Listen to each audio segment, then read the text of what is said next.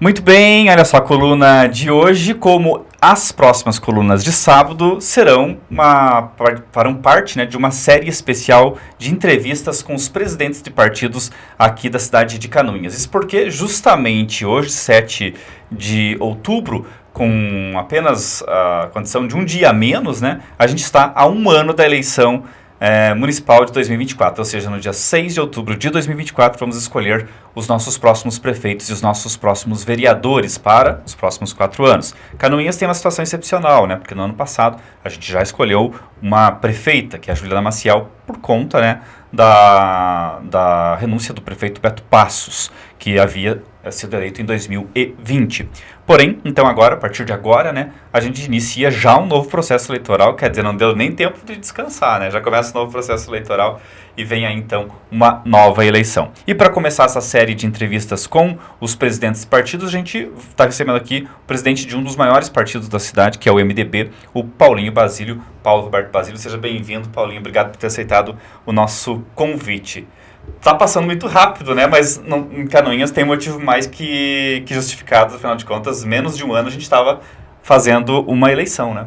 Com certeza, Ednei, muito obrigado pelo convite, é sempre um prazer estar aqui com você e com a equipe do J+.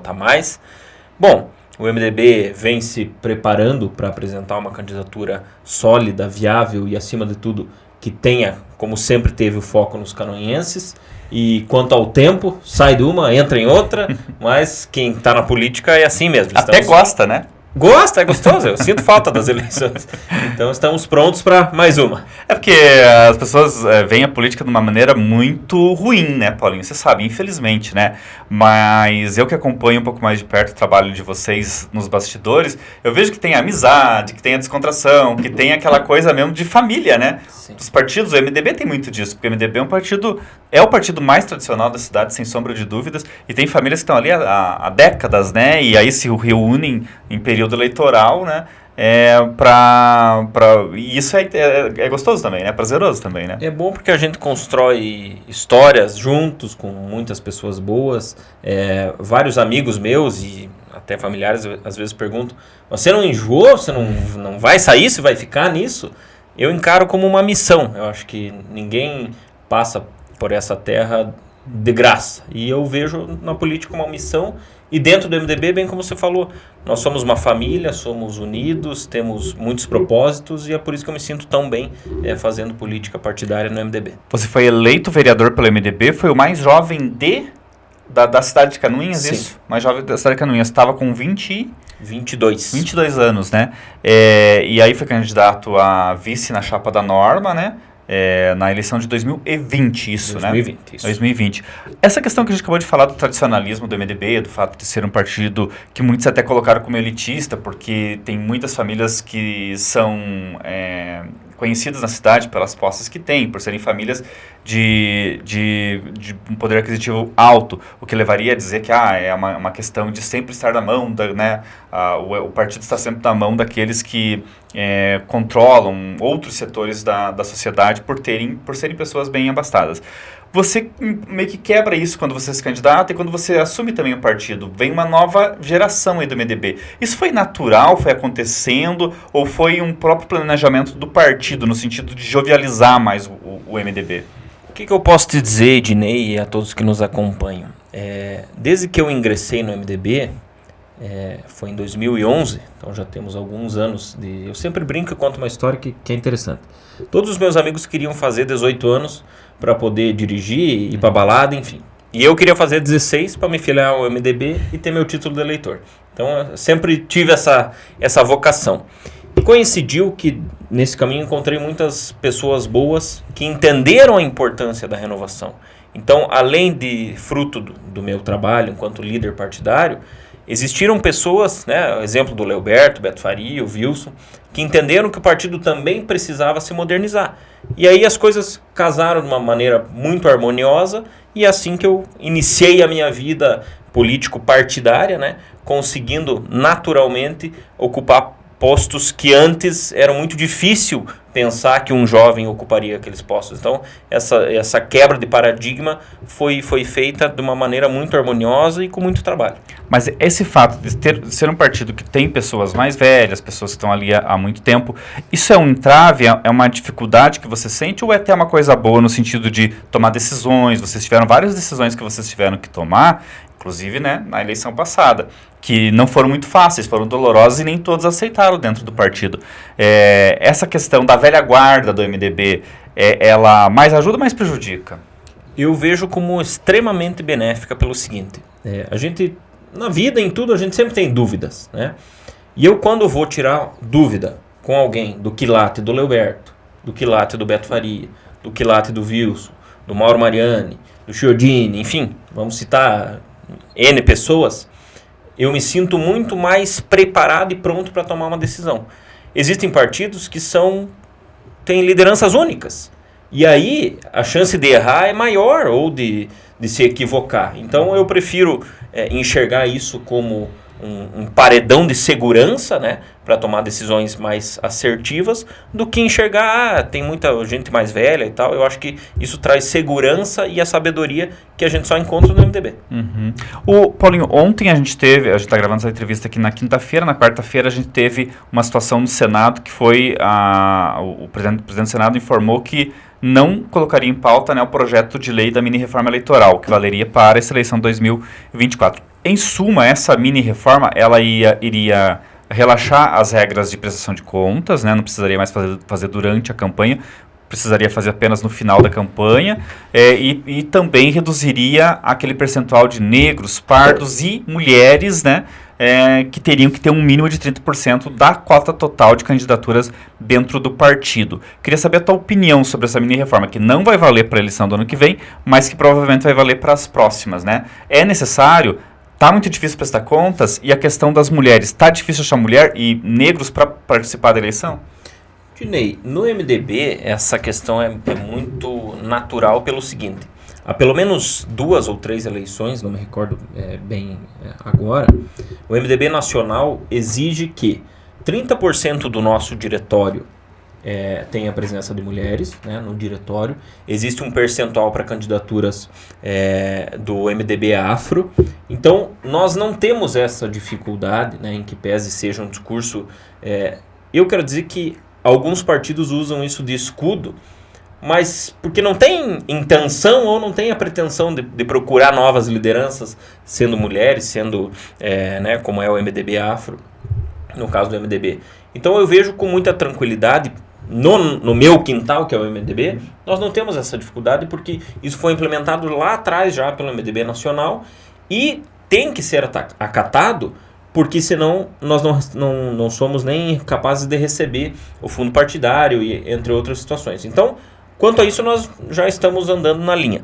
A questão da prestação de contas, no meu entendimento, se eu vou jogar futebol, eu tenho que saber que se eu fizer falta dentro da área é pênalti. Eleição é isso aí. Eu tenho que saber que eu preciso prestar contas. Afinal, né, dinheiro, boa parte agora com o fundo eleitoral é dinheiro público. Então, eu não vejo problema nenhum em prestar contas. Se a campanha for séria, ela vai dar conta de prestar. Agora, se existe algum tipo de sacanagem, aí, claro que as pessoas precisam discutir a regra para tentar dar aquela...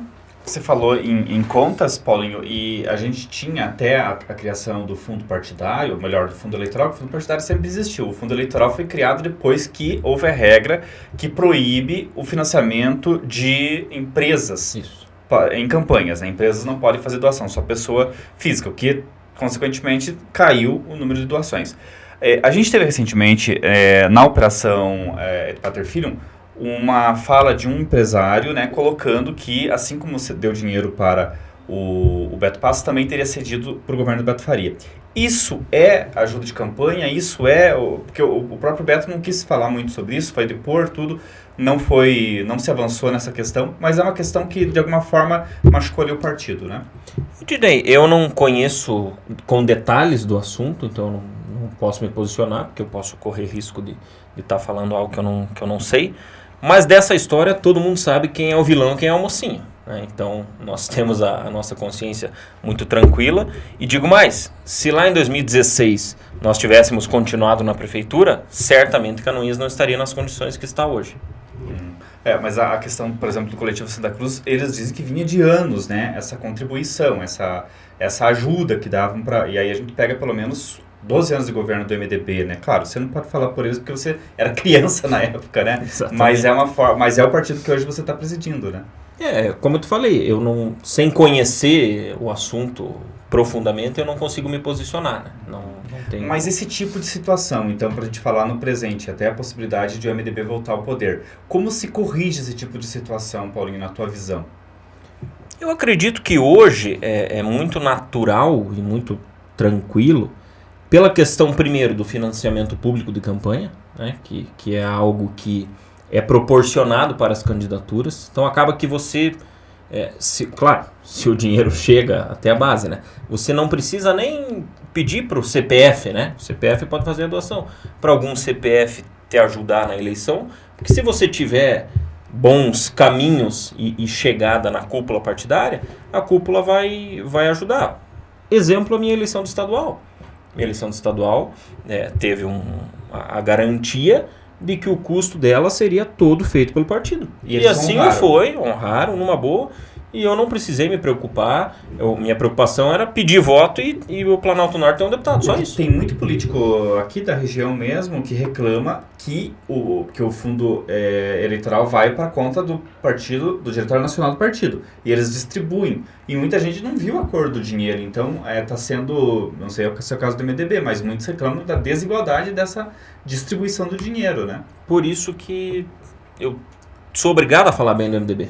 Nem que eu não fosse o presidente. Que eles estão fazendo direitinho. Totalmente. A base recebeu aquilo que era de direito. Tanto é que o Diretório Nacional encaminhou para o Diretório Estadual, e o Diretório Estadual destrinchou esse recurso e viu as candidaturas competitivas e tal. Eu participei, inclusive, Ednei, isso foi uma conquista a nível de partido. Eu sou do Diretório Nacional da Juventude do MDB. 1% de todo o recurso pode parecer pouco, mas, por exemplo, para alguém que é candidato lá no Amazonas, 30, 40 mil reais faz diferença na eleição, entende? 1% de todo o valor do fundo é destinado a candidaturas jovens. Então o MDB tem uma outra mentalidade quanto a isso. Eu tinha esquecido no início do programa, no início da entrevista, que você também foi candidato a deputado estadual, né? Então a gente tem 2016 a eleição, 2018 candidatura a deputado, isso? Não. Ou 2020? 16 vereador, não, vereador foi 18 foi o Leoberto. Isso. 16 fui vereador, 18 o Leoberto foi candidato a deputado, 20 a vice, 22 é candidato a deputado estadual e aí a gente teve no ano passado a eleição para prefeito extemporânea, né?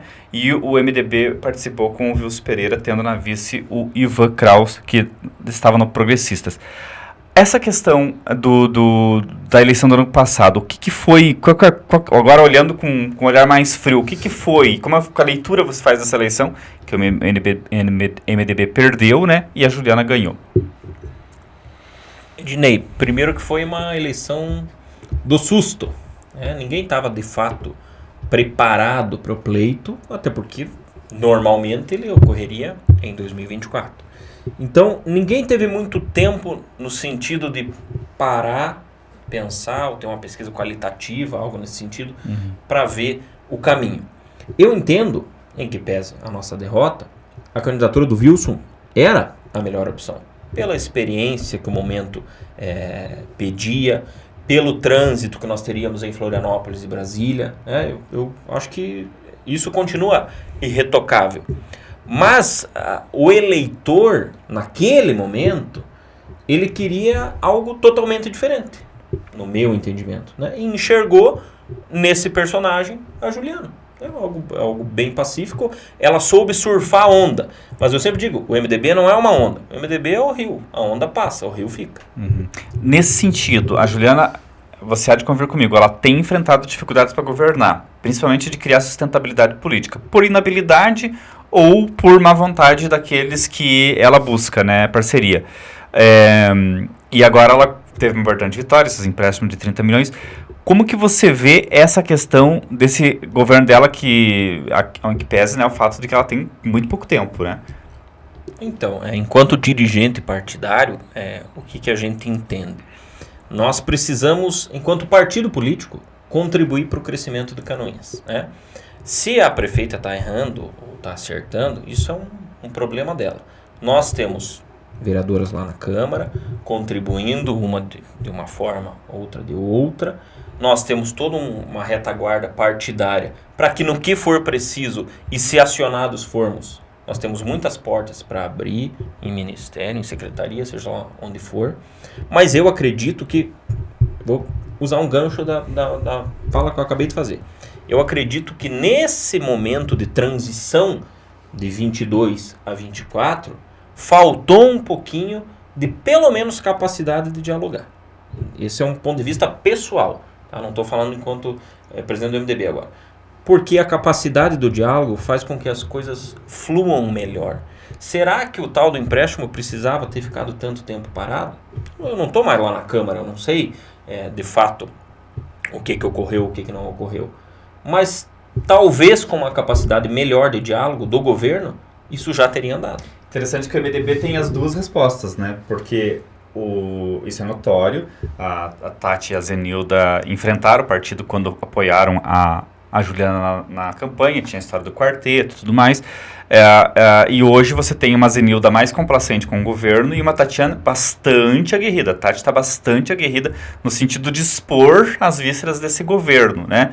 Por que essa diferenciação? Vocês discutem isso dentro do partido ou são posicionamentos particulares de ambas? Então, talvez isso até mostre a grandeza do partido. É possível ter correntes diferentes de pensamento no mesmo partido. Por isso, nós somos grandes. Quanto ao pensamento da vereadora Tatiane, obviamente que se ela está tendo uma postura um pouco mais agressiva, é porque ela tem embasamento para isso. Quem conhece a Tati sabe da competência que ela tem, do quanto ela é aguerrida nas causas. Então, se ela está tendo algum posicionamento, é porque ela tem um motivo.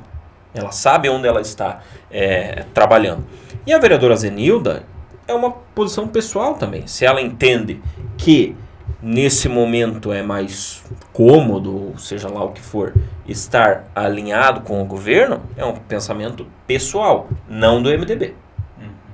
E a Tati chegou a ser cogitada como um possível nome para disputar a eleição, porque em determinados momentos pareceu que era um posicionamento, uma demarcação por parte dela, no sentido de visar uma ambição política, né? Ambicionar ao subir na carreira política. Ednei, nós temos, como sempre tivemos, um celeiro de nomes, né? E todos sempre vão ter a oportunidade de se colocar como candidato. O que a gente tem muito claro dentro do partido é que nós precisamos falar em candidatura e não em candidato. Por quê? Porque o foco é uma proposta para Canoinhas. O foco é trazer a nossa expertise de administradores e de gestores públicos para melhorar a condição social do canoinhense. Quem vai ser o CPF que vai assinar o cheque, pouco importa. O que importa é nós trazermos de novo para Canoinhas o modelo de gestão do MDB, que é um modelo de sucesso. Uhum. E aquela situação em que o Wilson, como presidente do partido, chegou a anunciar, inclusive para mim, na minha coluna, que a Zenilda seria expulsa do partido. Depois aquilo foi amenizado. O que aconteceu ali? Então, eu até, naquele momento, me pegou de surpresa aquela situação, né? Uma vez que, pelo menos nas reuniões que eu participei, não foi ventilado essa possibilidade. Mas quanto a isso, talvez era um momento de emoções mais afloradas e tal. A discussão foi por conta do apoio à Juliana. Acredito que sim, né? Não vejo outro motivo para algo nesse sentido. Mas também passou, não tem nada disso. Eu acredito que a vereadora Zenilda ela tem mais tempo de filiação no MDB do que eu. Então, certamente, se ela está no MDB, ela tem consciência de que nós teremos candidato, teremos candidatura. e que provavelmente ela será partícipe disso, né? Se não for, acredito que ela não estaria no partido. Mas diante desse comportamento antagonista entre Tati e Zenilda, o MDB é governo, é oposição ao governo? Qual que é a demarcação do partido com relação ao atual governo? O MDB tem independência, Ednei, como tem em Santa Catarina e como tem a nível do Brasil. Então elas estão livres para apoiar ou certamente, não? Até porque é o seguinte, eu nunca encarei essa questão de oposição e situação como algo ferrenho, porque existem projetos do governo que serão bons e existem outros que não serão. Então, o posicionamento, enquanto presidente do MDB, eu falo agora, o posicionamento tem que ser o seguinte: é bom para a comunidade de Canoinhas? O MDB entende que isso é bom? Ok. É ruim? Oposição. Oposição ferrenha aquilo que é ruim. Aquilo que é bom, certamente nós vamos ajudar. Isso, de nossa parte, não tem problema nenhum. Vamos ajudar quando preciso, mas seremos opositores ferrenhos quando vermos que não é necessário. E sobre o empréstimo de 30 milhões, as vereadoras consultaram vocês ou foram decisões que elas tomaram de votar a favor? Nós chegamos a discutir isso, como toda a sociedade discutiu, né? O partido político não ficaria de fora. Mas o voto das vereadoras, ele é totalmente independente, né? Foi consultado os nossos ex-prefeitos, nossas lideranças, cada um teve um posicionamento e a síntese do voto, cada uma optou ir para onde lhe era mais conveniente. Mas, obviamente, houve uma consulta, não uma consulta no sentido de, faça isso, faça aquilo. Não, uma consulta no sentido de construir uma tese para defesa ou não. Mas você concorda comigo que esse empréstimo pode viabilizar e fortalece a Juliana para uma disputa eleitoral no ano que vem? Olha, Ednei, eu acho que para que isso tenha louros políticos, precisa ter habilidade e capacidade para gerir. E eu não sei se esse governo tem. Eu percebo que você titubeia, assim, no sentido de você não quer ser mais crítico em relação ao atual governo.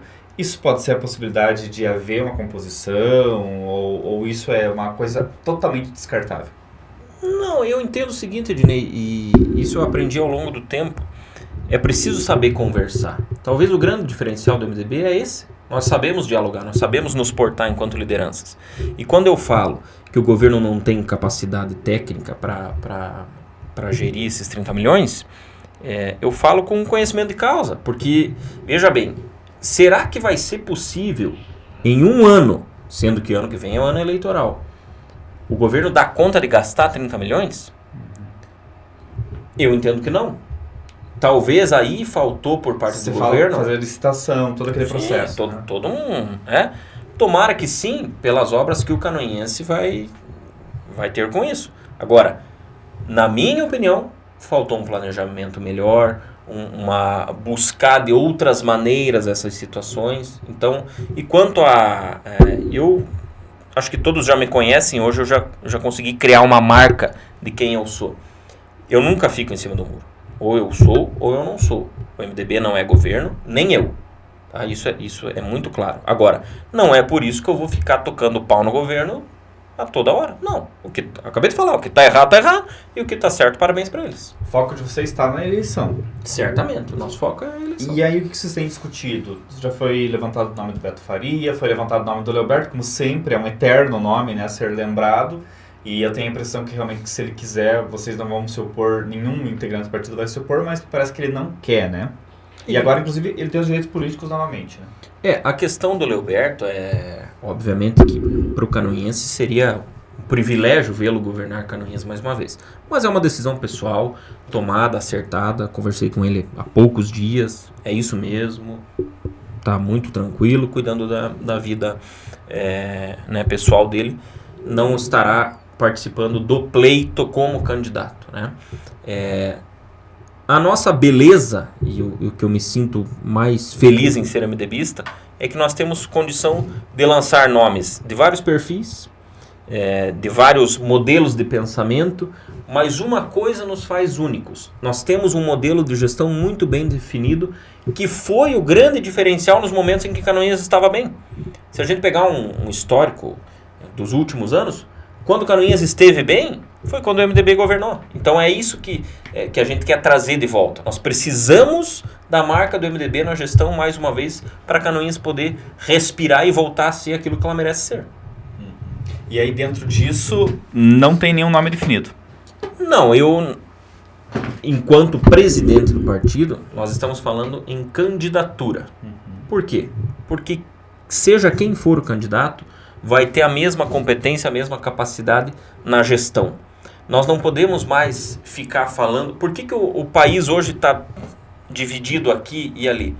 Porque não se criam mais lideranças. Nós precisamos falar em candidatura para várias lideranças terem a oportunidade. Se for o Beto Faria, maravilha. O meu sonho, o sonho da minha vida, é que a injustiça que foi feita com o Beto Faria lá em 2016 seja corrigida. E de minha parte será no ano que vem. Mas isso é um desejo pessoal. Se a construção da candidatura for para outro lado... Você diz o Beto ter sido eleito, o Beto Passa ter sido eleito. Mas quando você fala em injustiça, aí você estaria questionando o pleito. Você está querendo dizer que por ele ter um poderio econômico maior... só para contextualizar melhor a minha pergunta, porque parece que você está contestando o resultado da eleição, não, entendeu? Jamais. Não, isso nunca. A injustiça no sentido do que exatamente? Você não acha uma injustiça um homem honesto ser retirado da prefeitura para depois de algum tempo Canoinhas passar pelo que passou? Mas naquela época as pessoas não sabiam, né? Tudo bem. Mas nem nós sabíamos, né? Mas nós já tínhamos essa... Pode lembrar, o pleito naquele momento já foi muito... Por quê? Foi uma diferença de pouquíssimos votos, né? 401, 402. Né? Então, isso é minha opinião. A minha opinião é que o mundo, o universo, ele dá voltas e eu acredito que o universo está sorrindo para nós no sentido de que é possível que seja, mesmo que já aconteceu, é possível que seja corrigida uma injustiça nesse sentido. Então o teu candidato é Beto Faria. De minha parte, sim. E ele estaria disposto? Essa é uma conversa que nós precisamos fazer ao longo no término desse ano e no começo do próximo. É muito natural, o MDB está preparado e maduro para essa conversa entre nós, entre os membros do diretório, e a sociedade tem também falado a mesma língua. Nós não podemos ter uma candidatura que nasça só pela nossa vontade. Mas vai ter um uso por parte da oposição desse fato dele ter sido mencionado nos depoimentos de Pater Filium, né? Isso é um problema, de certa forma, que vocês vão ter que dominar a narrativa e explicar isso, né? Eu não vejo tanto como um problema, porque nós temos muito que mostrar de obras, de gestão, de coisa séria. Entendeu? Eu acho que isso é irrelevante perto de todo o bem que nós fizemos para Canoinhas. A gente está aí, então, caminhando já, né, para esse pleito do ano que vem e também, claro, vocês já devem estar trabalhando a questão da nominata de vereadores, né, candidatos a vereadores. Vocês já têm mais ou menos estabelecido, vai ter muitas figuras que vêm da eleição passada.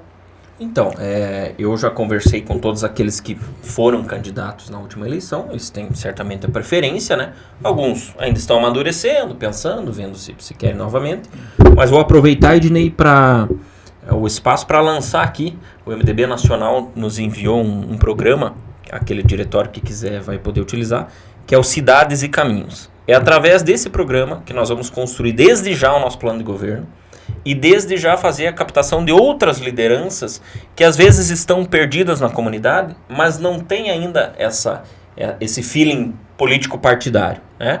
Então, nós vamos começar a buscar, eu já fiz várias conversas, mas agora nós vamos intensificar isso, nós vamos criar uma comissão pré-eleitoral para buscar novas lideranças. Você que tem desejo de ser candidato, nos procure, vamos conversar e vamos mostrar uma opção viável e legal para Canoinhas. E eu imagino que isso seja um desafio e uma preocupação de vocês, porque vocês tinham 4 vereadores na gestão anterior, caiu para 2, né? Então é uma preocupação de ter uma nominata forte para voltar a ter aquele poder que vocês tiveram lá em 2016, né? Nós tínhamos 3, né? Eu, 3. A Camila e a Thelma. E a Thelma. Eram 3, Não, caiu para 2. Era o nosso Isso. quarteto. Eu acho que eu tô contando a bancada, né? Sim, de oposição, né? Que era na época, sim. né? A bancada eram 4. Mas, enfim, caiu 1, né? Isso é importante. A Thelma era uma figura muito importante e a reeleição não quis ir, né? Sim. Nós temos, enquanto partido político, a pretensão de voltarmos a 3 vereadores. Né? Se possível, pelo menos 4. 3. Mas 3 é a nossa meta muito bem definida. Todo mundo fazendo as metas. Você acha que foi um erro vocês irem na vice da norma para a prefeitura em 2020? Do ponto de vista político, nós podemos questionar a decisão. Agora, do ponto de vista de espírito público, não. Foi a decisão mais acertada, porque nós sabíamos, e as pesquisas apontavam, que a chapa capaz de vencer ou tentar vencer a dupla da época seria ou eu e a Norma, ou a Norma e eu. Naquele momento, ficou-se pré-definido, ou ficou entendido, que a Norma deveria figurar como cabeça de chapa, e eu cedi, numa boa, para ser vice. Então, do ponto de vista político, talvez há algum questionamento, mas enquanto lideranças, pensando naquele momento em romper aquele mal feito que estava acontecendo, não, foi perfeito, e hoje a população enxerga isso. Então, nesse sentido, eu vejo assim, fazendo uma leitura analítica da coisa, o Paulinho, eu vejo assim que a norma é um nome indiscutivelmente popular e indiscutivelmente bem aceito pela população, não tem nada que deponha contra ela, né?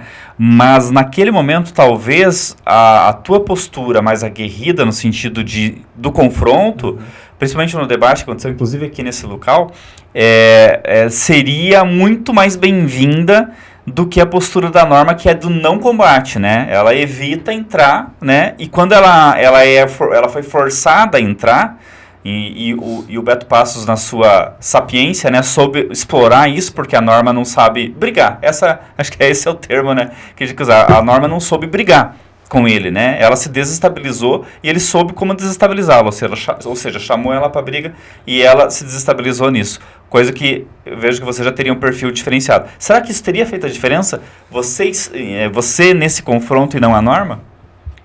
Como eu falei, Ednei, do ponto de vista de perfil político, é isso que eu quero dizer. De perfil político, do enfrentamento, da coisa mais pegada, certamente faria diferença. Agora, não sei até que ponto isso reverteria em votos ou não, né? Mas do ponto de vista, pensando na sociedade, nós fizemos o que tinha que ser feito. Nós fizemos o nosso dever de casa, juntamos a primeira vez que o MDB não lançou candidato, né? Nós recuamos pensando, não, vamos ali que ali nós conseguimos parar aquele círculo vicioso que nós já víamos que estava acontecendo. Tanto é que vocês apontaram o caso da casa. Estava comentando, né, aqui, os primeiros a falar da história da casa fomos nós. Sim. Então, nós não estávamos inventando um negócio. Vocês erraram alguns números ali, mas estava muito próximo. Sim. Falar de 1 milhão era 700 mil. O fato estava ali, entende? Mas... se não me engano, vocês, inclusive, foram acionados judicialmente. Eu não lembro se foi dado ganho de causa para o Beto ou se para vocês, porque ele acionou vocês judicialmente. Eu lembro que teve um programa de rádio que deu uma confusão. Foi falado no programa, acho que eles tiveram que ceder tempo para ele, né? Eu acho que sim, Para ele ter direito de resposta. Mas como o senhor do tempo não são as eleições, né? Agora tudo ficou muito claro. Tem quem diga, né, por mais inacreditável que seja, que Beto Passos pode voltar para a política. Pelo menos para o rádio já está se falando que ele vai voltar, né? Pelo menos é a notícia que até a gente aqui já se posicionou. Quem acompanha o site sabe da nossa posição com relação a isso. Você acha que a população canoense é capaz de aceitar e eleger ele ainda para qualquer cargo público? Ednei, o que eu posso te dizer? Se é capaz ou não, eu não sei. Mas a população não merece. Aí é uma resposta que a população tem que dar. Merecedora disso, ela não é. Mas aí foge do meu controle. A ver, né? A ver. Muito bem, conversei com o Paulo Roberto Basílio, Paulinho Basílio, ex-vereador de Canoinhas, foi candidato a vice-prefeito, a deputado estadual, e está aqui então para falar do pleito do ano que vem. Creio eu, né, que nessa possibilidade de termos, você mesmo colocou aí o nome do Beto Faria, você estaria na nominata para vereadores, certo? Ou quem sabe uma vice. Eu tô pro jogo. MDB de chapa pura, aguenta? Depende, eu sou mais de uma construção, mas, como eu digo... Porque o Ivan disse que ele é cabeça, ele não vai de vice não, né? Nós não podemos cravar nada agora, e isso vai até o ano que vem. A novela vai ser boa, acompanhem que vai ter vários capítulos. No último dia, para fechar as nominatas, eles apresentam... Com emoção. Com emoção. Obrigado, Paulinho. Valeu. Conto contigo, né, ao longo desse ano aí pra gente ir trabalhando juntos nessa cobertura, mostrando os bastidores e tudo mais. A gente aqui, claro, vai estar fazendo, como sempre, né, cobertura completa. Você sabe que a gente gosta muito de eleição e a nossa especialidade aqui é cobrir eleição. Obrigado, Paulinho, e até a próxima. Valeu, obrigado. A gente volta no sábado, claro, a coluna tem todo dia, mas no sábado, então, entrevista com presidentes de partidos de Canoinhas falando sobre a eleição 2024. Até a próxima.